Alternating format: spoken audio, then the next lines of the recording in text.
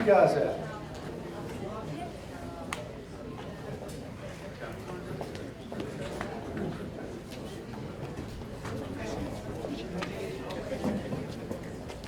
Excuse me.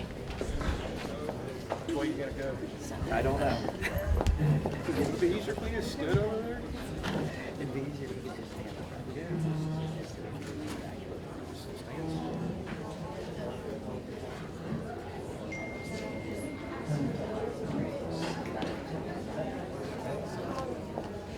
All right, gentlemen, thank you for being here this evening. Same rules apply. We're going to have an opening statement. We're going to go through a Q&A section, and then we'll have our closing statements. Sheriff Henderson, if you'll come up and provide your opening statement, I'll appreciate it. Rand Henderson, everyone.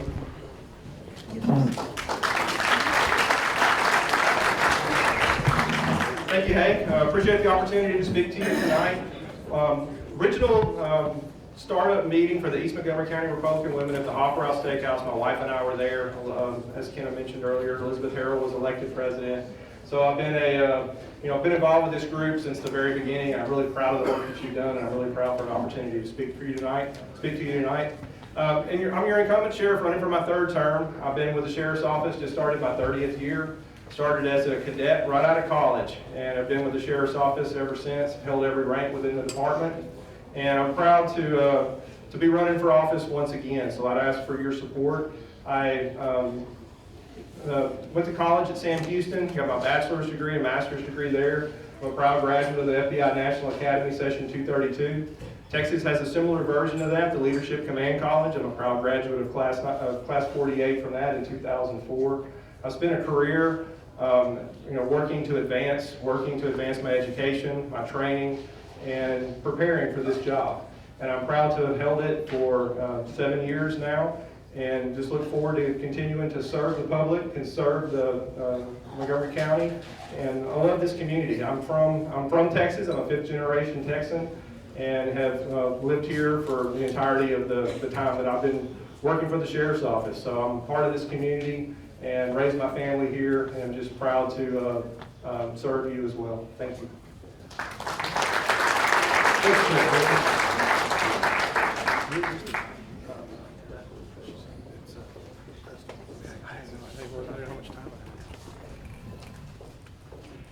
All right, Wesley Doolittle.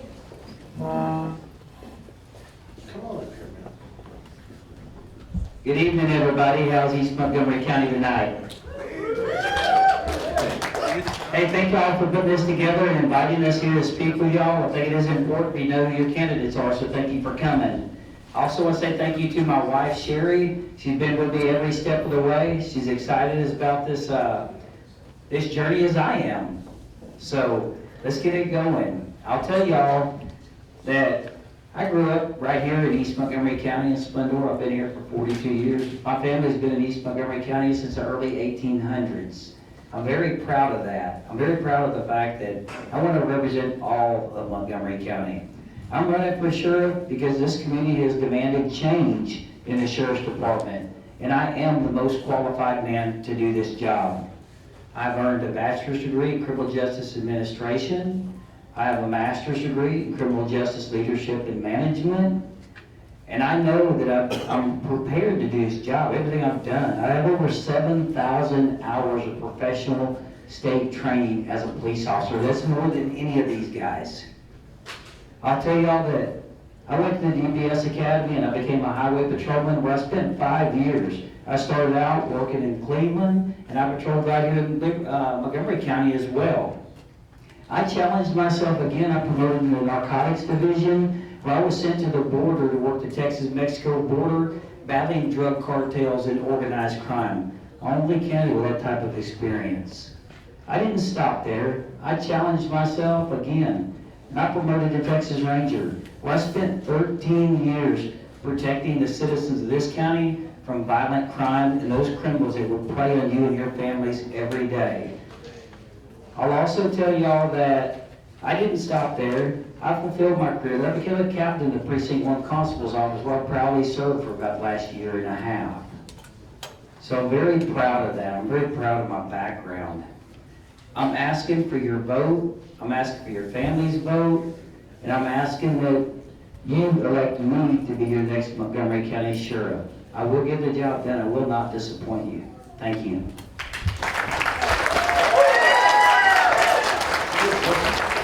Ken forward, everybody, come on, Ken.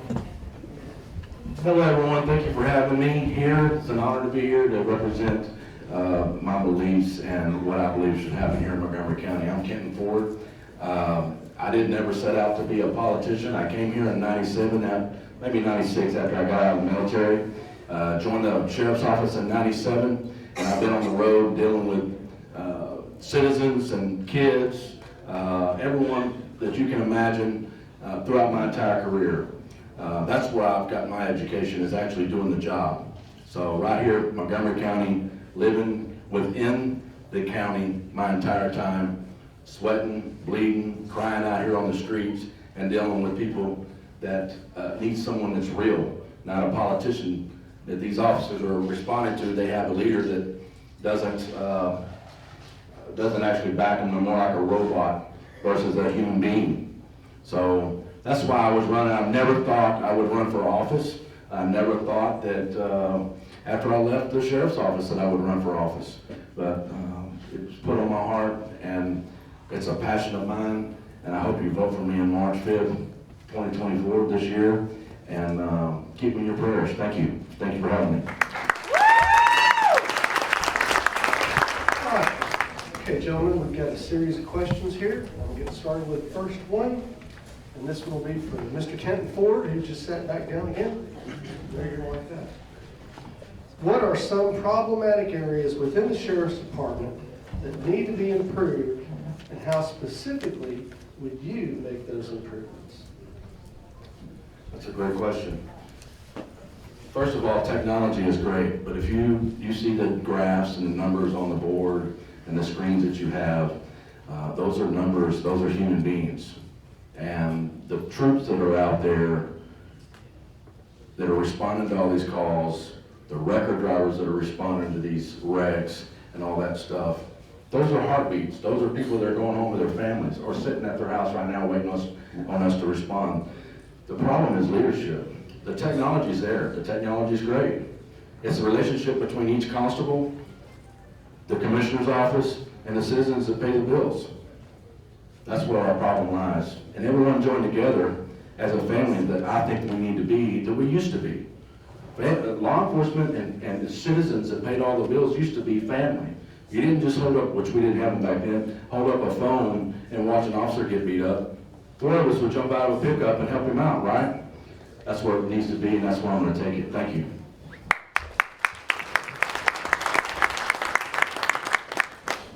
All right, Leslie Doolin, come on up. Yes. Same question, sir. What are some problematic areas within the sheriff's department that need to be improved, and what specifically would you do to make those improvements? Okay. Folks, I've recognized several problems in this sheriff's department. This sheriff's department's like a crime scene. When you walk into it as a Texas Ranger, you have to use all the tools available that you have, all your training, all your education, all your experience to analyze it and figure out where the inefficiencies are and where you can do better. I'm going to tell you that we're solving very little crimes in our community. That's the first thing that needs to be fixed.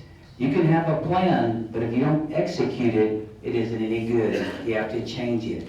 You have to do the job. We all know that we have an understaffed dispatch. There were 17 people short in budget.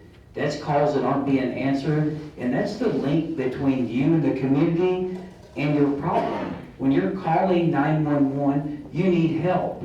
You need to get there to get a police officer to your door or where you're at. I know that we're understaffed. We have to improve that. Some of the bigger problems are the leadership problems, the morale, right? Unhappy people. Thank you.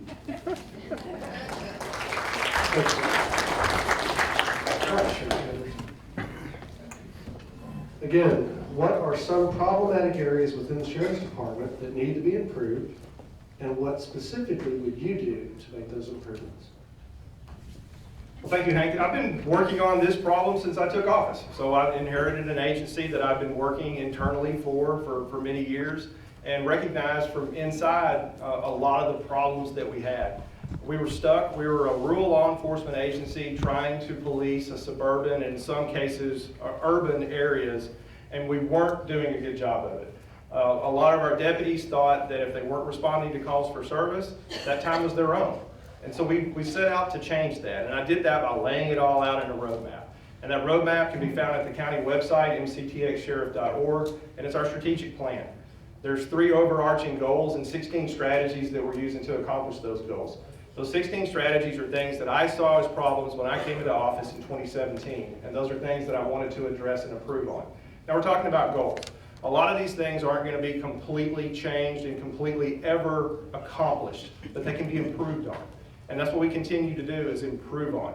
I'm proud, I feel like I'm being criticized for bringing technology into the agency. I'm proud of the technology that we brought into our agency because we can mark, that was time already? Oh, it was 1 minute. Oh, I thought it was 2 minutes, sorry.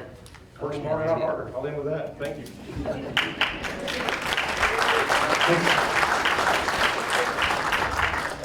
All right, guys, next question. We're going to start this time with Leslie Doolittle. Okay. I guess. Other than more officers, what are some strategies that the Sheriff's Department can do to mitigate community growth versus crime?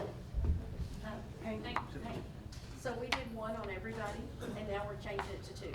Okay, that's fine. Okay, Give me that question. you got that? Okay, question one more time. Other than more officers, what are some strategies that the Sheriff's Department can do to mitigate growth versus crime? Okay. I'm gonna tell you the growth versus crime. We all know that we're growing at about 3.2% per year. And Montgomery County is a great place to live and raise your families. We have to figure out where the problems are by doing, like, analyzing crime and analyzing the programs within the Sheriff's Department. I'm gonna tell y'all that your motor vehicle theft unit is only solving 5.9% of stolen vehicles in your community. You're not doing your job. And you have to be forward thinking. You have to realize this problem before it's out of hand, before it's in a position where you can hardly recover from it because you don't have enough trained personnel to address your problem. That's one area that I would fix. I'll tell you, I stated that the dispatch center is in disarray. Our calls are not being answered. I was told we're missing 2,000 to 4,000 911 calls a month. How's it even possible without fixing it? You people are suffering because his policies. We need policies that will affect our community and promote crime reduction here. You do that by analyzing where your people are at and putting them in a position to succeed, to reduce crime, to actually arrest criminals, not just plans, but doing the job and arresting them. I'll also tell you, there's 4 deputies in our traffic unit and 1 sergeant. It's been that way the entire time he's been in office. We're not working major accidents, we're not working fatalities, and our firemen are sitting on the side of the road, they're waiting for the DPS troopers that are on the border. You have to empower and train your people to serve this community, and when you're not doing it, you have to change the CEO. Thank you.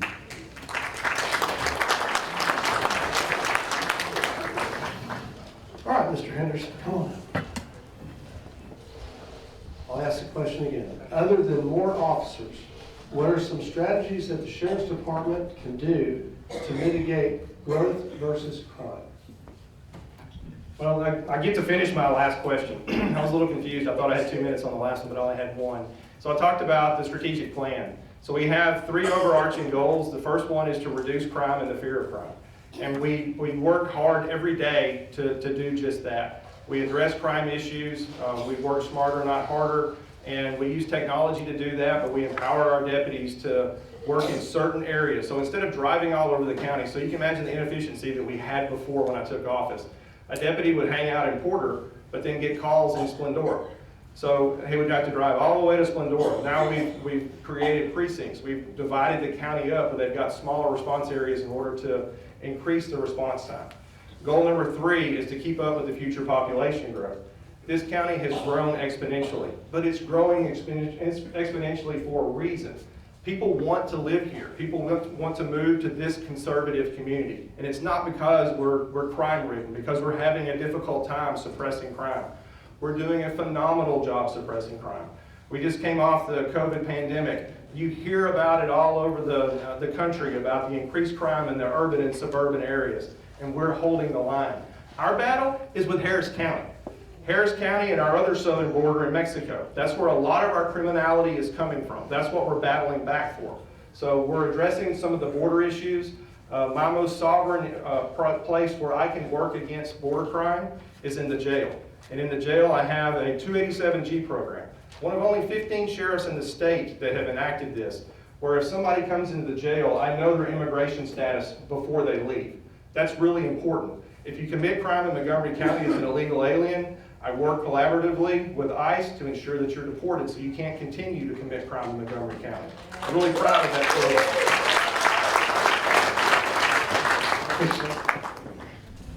All right, other than more officers, what are some strategies that the Sheriff's Department can do to mitigate growth versus crime?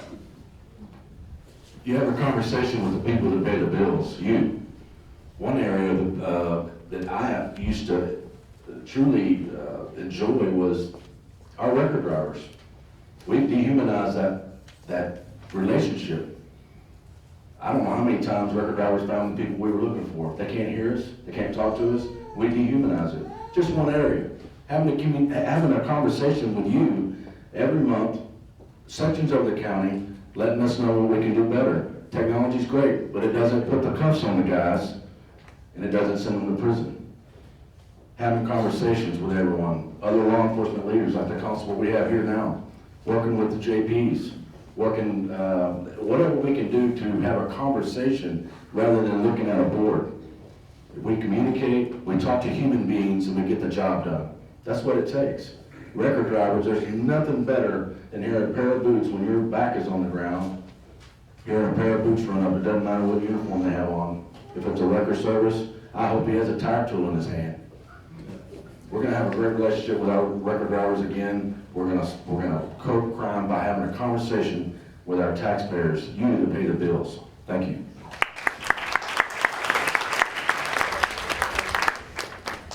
Okay, gentlemen, Rand, let's get started with you. What type of community engagements, if reelected, would you have in East Montgomery County? Well, just continue the relationships that we have. Community policing is one of our strategies. It's something that we work toward all the time. We try to engage our deputies. One of the things that we did was start a Boots on the Ground program. And through the Boots on the Ground program, we started the Sharing with Caring food drive. It's led by Sergeant David Miller, one of our staff members who's worked really hard to take in a lot of food to ensure that folks in East Montgomery County don't go without a meal. So we don't want our deputies to forget that all this stuff, all this equipment that we have, this gun that I have, that I carry, the only reason I can carry that is because you allow us. All the powers that are given to law enforcement are the powers that we have to take away your liberties and your life come from you. We can't forget that. We're not the military, we're not an invading force. We are part of the community. We live amongst you. We may arrest you today. That same person may be in the grocery store right next to us because that's the communities that we live in. We're all together. So the lock up and throw away the key works in certain offenses, but certainly not all of them.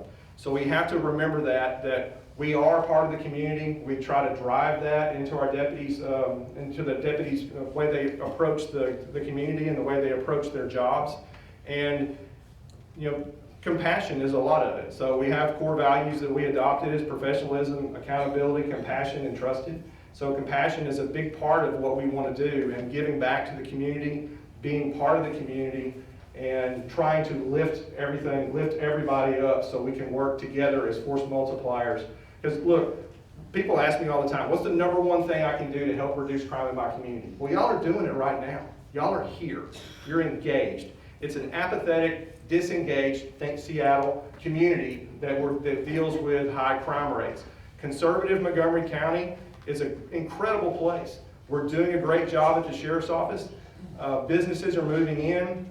Danny Signorelli has endorsed me for a reason, because his business is booming, because crime is low, and I'm really proud of that. Thank you.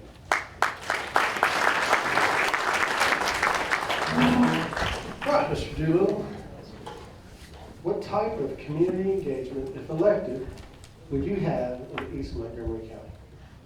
Again, community engagement is something I've been doing my entire life. I grew up in East Montgomery County.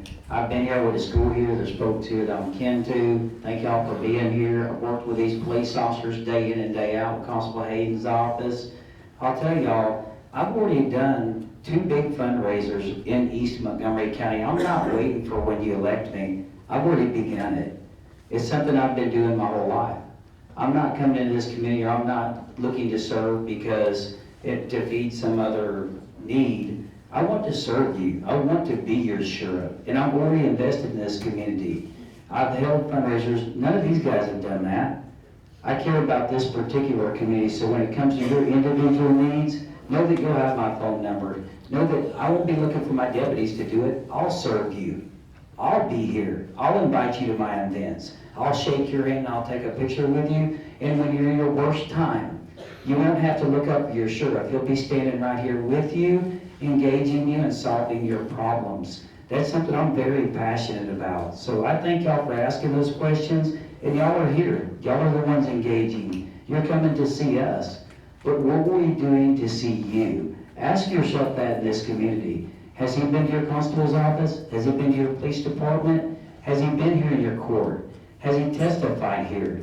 Has he done the things that are important to you and your families? I've done it. I know most people in this room. And those that I didn't know before tonight, I hope I took the opportunity to introduce myself to you and shake your hand. That's who I am as a person. I'm a people person, and I love this community, and I'm going to remain engaged. I'm going to remain involved, and I'm going to turn the heat up. You won't have to look for me after 5 o'clock. When I get done working in the office, I'll be in the community. I'll be here serving you, just like I've done my entire career. So I thank y'all very much.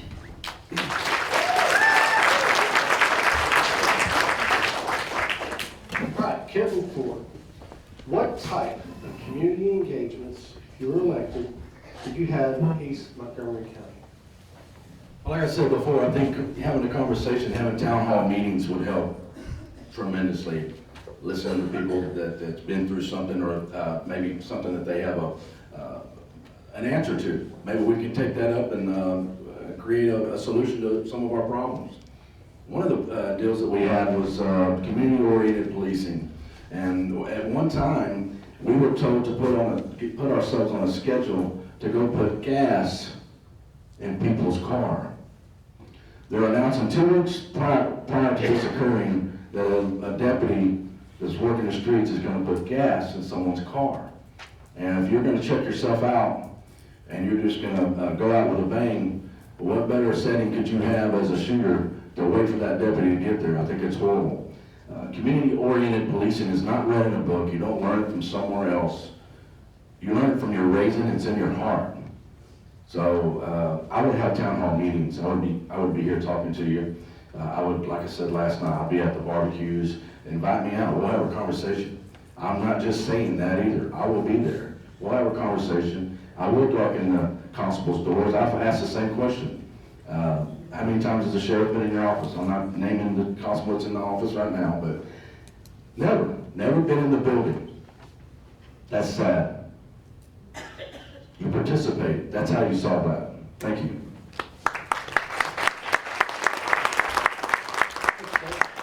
All right, this will be the last question, and then we'll move to closing statements. Rand, community policing has been effective. However, how do you think the sheriff's department can improve in this area? So the question was, community policing has been effective. So yes, I agree.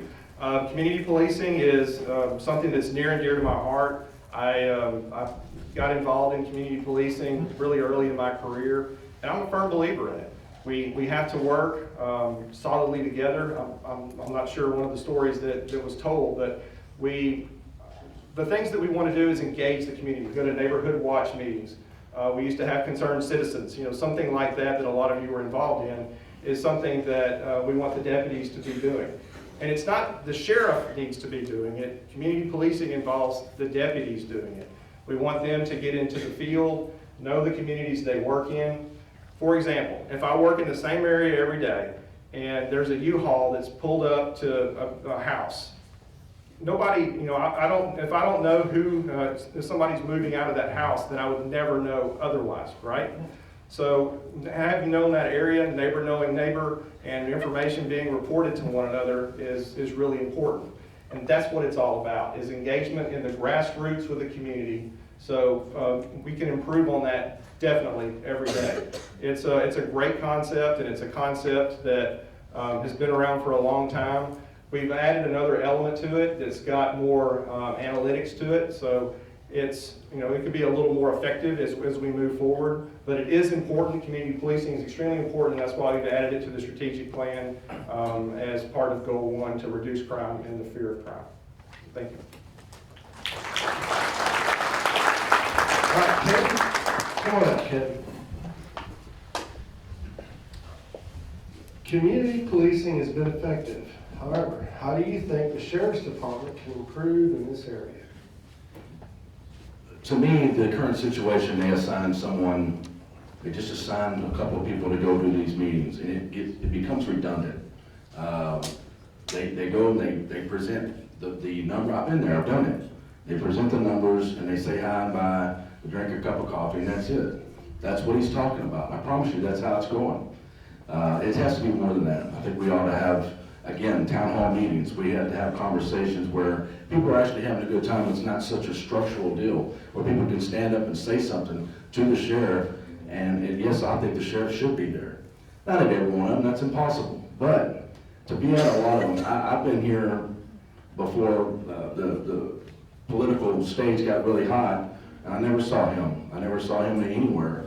I know he's running the sheriff's office, but at the same time, I never saw him. He didn't get out. He didn't get out here. 2 years ago, he wasn't out here. I'm just saying, it's you have to get out there and have communication with your people, with town hall meetings and stuff like that. Thank you. All right, Mr. Doolittle. Here's the question. Yes, sir. Community policing has been effective. How do you think the sheriff's department can improve in this area? This dovetails right in with that last question, community engagement. If you're not engaging your community, you do not know who they are, they don't trust you, they're not coming to you, folks. Would you tell somebody about a crime if you felt like they do nothing about it? I don't think so. So I have been involved in this community. I know people in every part of this community. I'm a lifetime member of the East Montgomery County Fair and Rodeo Association, a lifetime member of the Montgomery County Fair and Rodeo. I'm involved in things in my community. I've been an umpire, I've been a coach. I talk to people, they know who I am. As a Texas Ranger, I went all throughout this community working some of the most terrible crimes committed amongst our citizens that people have ever seen. I've worked with these guys. I've been in the streets with them. They know who I am and they trust me. I'm a Texas Ranger. I lead people. I'll do these things and my deputies will follow my lead. If you're not a leader, you're just out for a walk in the park and people are not with you. When I look back, I have an army with me. I have these guys with me. I have y'all with me. And I know y'all will trust that I can do my job. I'm an effective leader. I've done it, I've replicated it hundreds of times. Working drug cartels, organized crime, criminal investigations that take years where you have to have help. You don't get it done on your own. The people in this community, you have to call in the Crime Stoppers tips. We don't get to call them in. You see what's happening. And I should ask, how many of y'all in this room have my phone number? You know that I know you. You know that I'm involved, and I'm always reachable. I'll make my deputies do the same thing, and you'll trust them as well. They solve crime because of you. Thank you.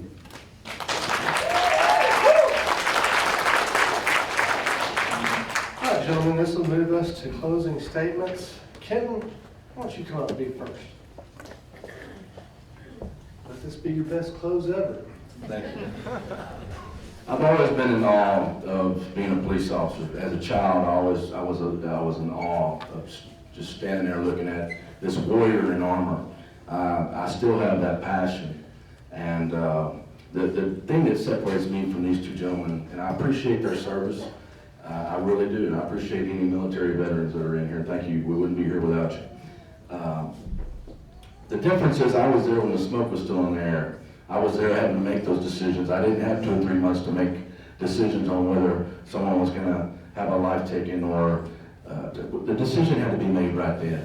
And that's the difference, that's what I have never lost sight of. And I think if you sit behind a desk or if you're away from it for so long, you lose that relationship between the community, our record drivers, EMS, dispatch. You lose that relationship, you lose it, and you forget about them. I haven't lost it, I'll never lose it, and if I do, I'll leave. Thank you for having me. It's such a blessing to be here. I am honored to be here. I thank my forefathers for building a system that allows a common man to come up here and run for sheriff of my county.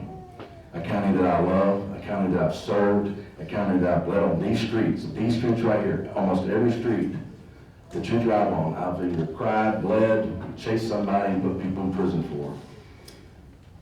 March 2024, March 5th, 2024, please vote for me. I would appreciate it. Thank you very much. God bless. Wesley Doolittle, come on up. You got 2 minutes? Again, the very fabric of our society is to create a reasonably safe place to live, work, and raise our family, no matter where you live in Montgomery County, and I'm committed to that. I'll tell you all, I'm not a slick politician. I'm a Texas Ranger. I'm not a clerk. I don't sit behind a desk. I can do that. I've got a master's degree. I'm a captain. I know how to do administrative things, but I also know how to step out from behind a desk and get on the streets when people are looking for leadership and when they need somebody they can trust, somebody who's been there before, somebody that can help them in their worst times, that solve the worst problems in our communities. I'll tell y'all, I'll fearlessly lead the men and women of this sheriff's department. I've done it with them in the past. There's lots of deputies that I've worked with that trust me, that I've worked with them and I trust them, with my wife. Just the other day, we had a shooting up off of Rogers Road in the Willis area. I grabbed my rifle, I left my office, and I went out with them to help solve that problem. They trust me, they followed me there. And I followed them because I trust them as well. The sheriff's race is going to be the most important race in 2024. It's going to have the biggest effect on this county. So I'm asking y'all, look at each one of us. All of us are different. We have different qualities, different things that we believe may benefit us in this community. I'm asking you to choose me because I won't let you down. I have the training, I have the education, I have the experience, and I'm a proven leader who gets results. So pick me in 2024. I thank y'all very much. If you have time, go to my campaign website, DoolittleForSheriff.com. Go to my Facebook page, Wesley Doolittle for Sheriff 2024. Like my page, follow my page. Invite your friends to like and follow my page. That way you can be kept up with what I have going on in my campaign. Thank y'all very much. God bless you, and have a great night.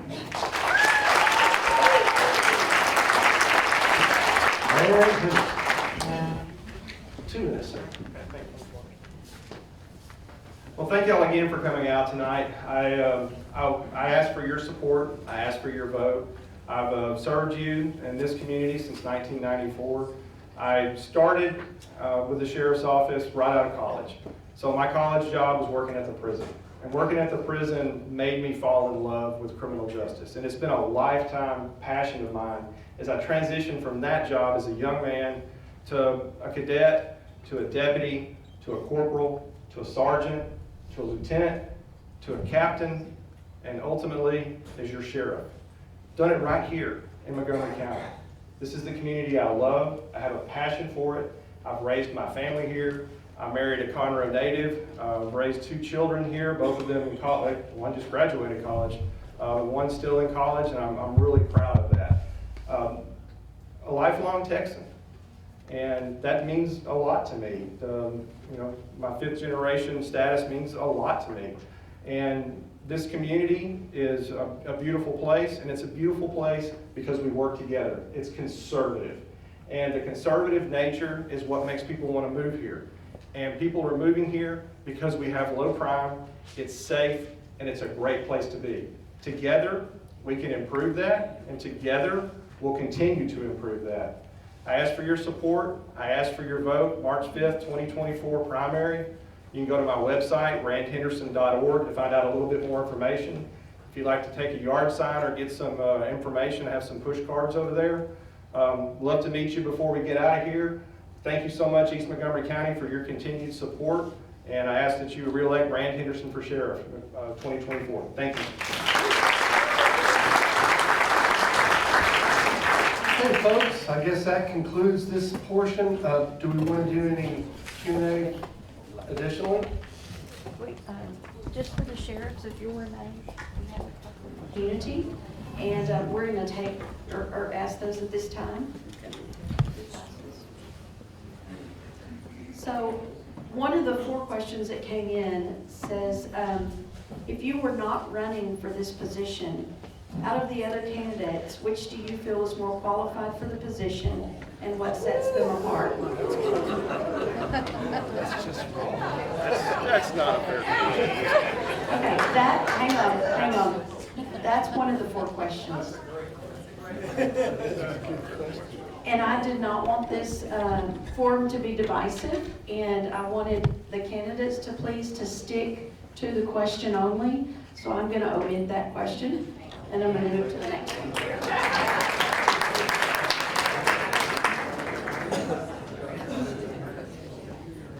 Next question. What is the #1 quality you feel makes you a good leader, and how do you practice this on a daily basis? So we'll start with, who went first last time? Kent Ford. Kent went first. First last. Okay, we'll start with Kent. I'm sorry. Quentin Ford went first last time? He did. Okay, you're last. Randy Henderson, you're next. So I'll read the question again. What is the #1 quality you feel makes you a good leader, and how would you practice that every day? Well, #1, I'm a firm believer in Christ. So my internal morals, my ethics, I try to transcend that into not only my family life, but my community life, but also in my work life. I couldn't imagine doing this job without God as part of it. And so that's an integral part of what we do. So I mentioned that our core values are professional, accountable, compassionate, and trusted. And so those core values are leadership qualities. And the leadership is not only at the top. Leadership is pervasive through all the ranks. If you're a deputy on a scene, a dispatcher dealing with or a jailer dealing with a combative inmate, or a dispatcher dealing with an emergency 911 call, you have to exert leadership at that point.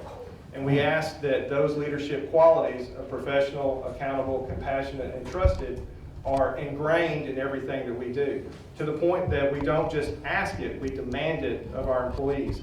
And you have to meet that standard. So we not only try to hire employees that meet that standard, we try to improve upon it after they become employees. And if they refuse to adopt those qualities, then their leadership skills aren't part of the sheriff's office. You're not a good fit there. So I have 1,030 employees. It's huge. I have a $113 million budget. It's huge. It's a huge job. So it's more than just people. It's about management. I am the CEO of the company. And the CEO of the company has a really difficult job to do because every decision ends up being my decision. You don't understand the weight of that until you've actually done the job. Right, Rowdy? I mean, y'all get it. It's a very difficult job, and you don't sleep at night. You don't sleep well. Just like when your kids are out running around, you don't know where they are, but they're old enough to drive, and you want them to come home. Well, I got 1,000 employees that I worry about every day and every night. And it's my leadership and the leadership that I want to instill in them to ensure that they get home safely every night.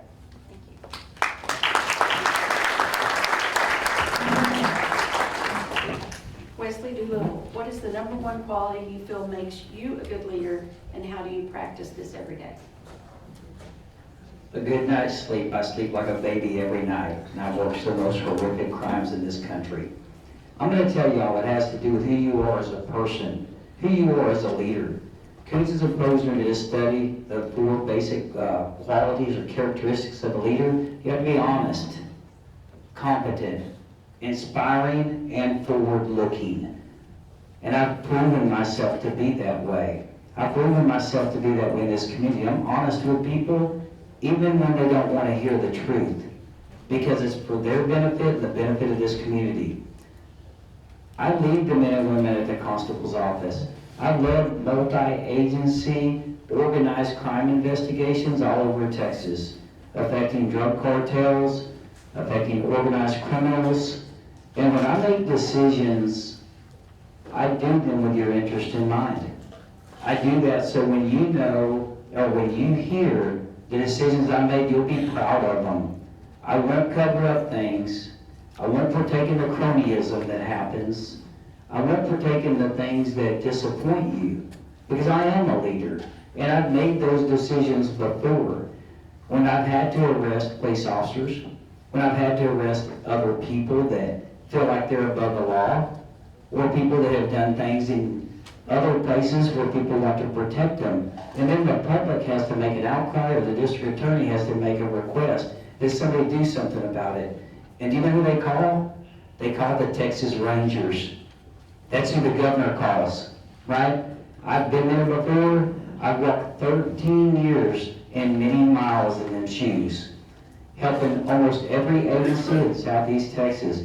And when the men and women at my agency have something going on, they come to me because they know I'm a resource for them. I'm a leader, a proven leader, and I'll do that for you at the Sheriff's Department. Please give me that opportunity to vote for Wesley Doolittle. Thank you.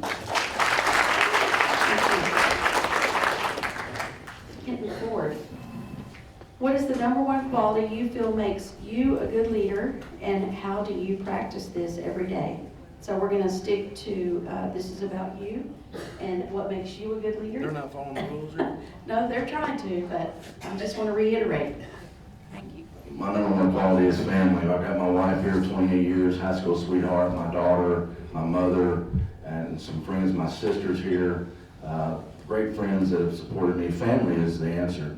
And when we become a family again, as a law enforcement agency and a law enforcement community with our citizens, where we can walk up and have a conversation no matter what's going on, that's where it starts, I think. And I truly believe that we get some of the mental health issues that we have can start being solved by having conversations and us guiding citizens in certain directions, or they could guide us. It's a conversation. I keep saying that, I know, but we are missing a conversation between law enforcement and our community and the people that pay the bills. We just look at graphs, we look at numbers, they're all great, but if you're not hearing the voices, the numbers mean nothing. They're not going to change, they're only going to get worse. My number one quality is family. I will treat you as my own, you treat me as your own, and I guarantee you we'll solve a lot of problems within our community, and we'll continue to have a conversation until I'm gone.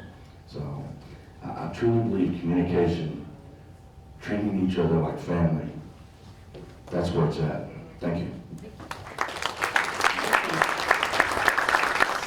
So that is all we have for the sheriffs. Let's give them a round of applause.